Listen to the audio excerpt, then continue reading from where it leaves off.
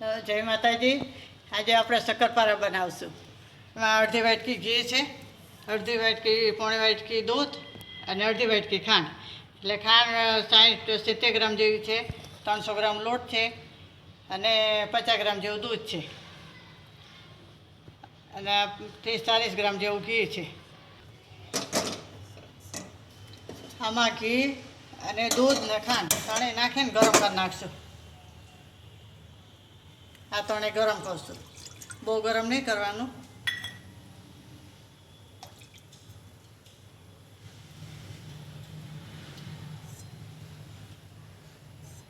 ખાંડ ઓગળી જાય ત્યાં સુધી કરવાનું બસ.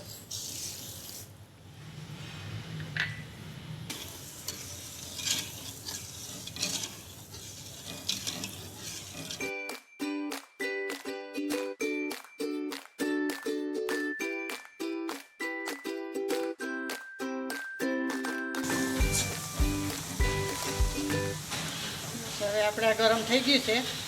આને ઠરે ત્યાં સુધી 10-15 મિનિટ જેવું રાખવાનું. ઠરે પછી લોટ બાંધવાનો. હવે આપણે હમણાં 2 પાવડા જેવું મોણ નાખશું, પછી લોટ બાંધીશું.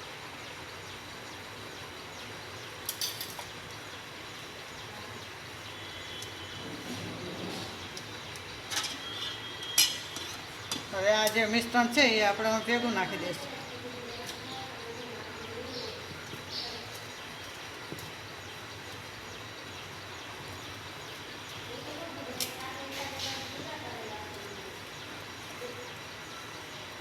આ માપે માપ લે એટલે બરોબર થઈ જાય. કાંઈ વધુ ઓછું નહીં લેવાનું, બધું માપસર જ લેવાનું. લોટ પોચા હાથે બાંધવાનો, બહુ ભાતે નહીં બાંધવાનો. ત્યારે પોચા ને સરસ થાય.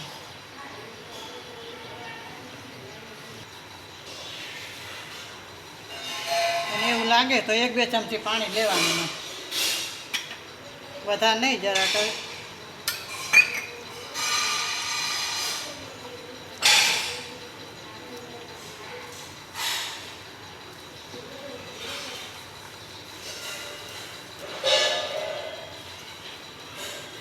હવે આપણે લોટ બંધાઈ ગયો છે. અને 1.5-2 કલાક જેવું રાખી દેવાનું, પછી શક્કરપારા કરવાના. હવે ગેસ ચાલુ કરશું અને તેલ મેળવીશું તળવા માટે.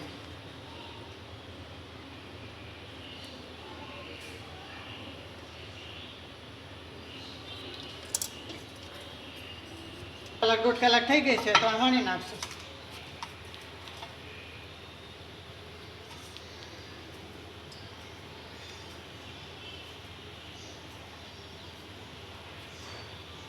તેલ થાય ત્યાં સુધી આપણે વણી નાખશું.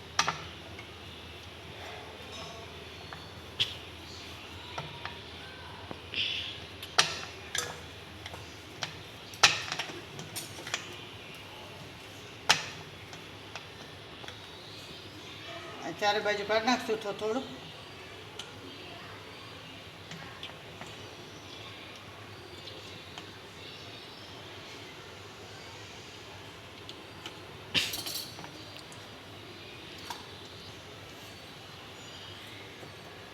હવે આપણે આના પીસ પાડી નાખીશું.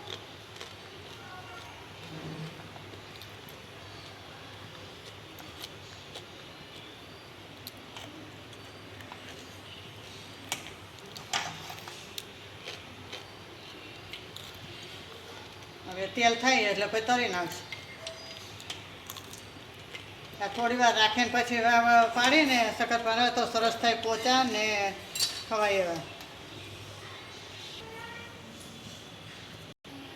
હાલો હવે આ તળી નાખશું આપણે ધીમે તાપે.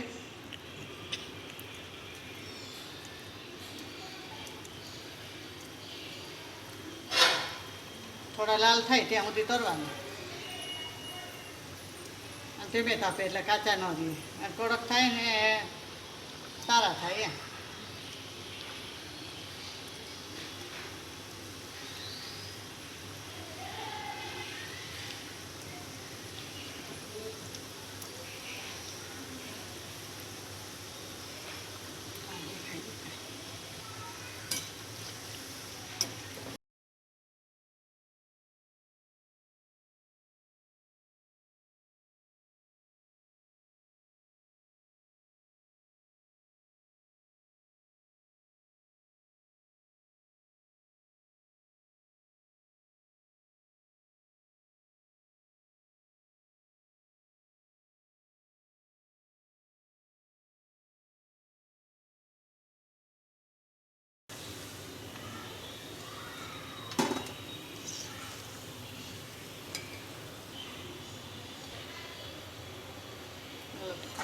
શક્કરપારા થઈ ગયા છે હવે આપણે સોલ્વ કરશું.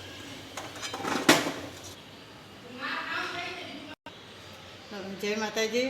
આ શક્કરપારા આપણા તૈયાર છે અને સરપ્રાઈઝ કરજો અને બેલ આઇકન દબાવવાનું ના ભૂલતા અને કમેન્ટ કરીને કહેજો કે અમારા શક્કરપારા કેવા લાગ્યા અને તમે કેવા બનાવો છો એ પણ અમને જણાવજો.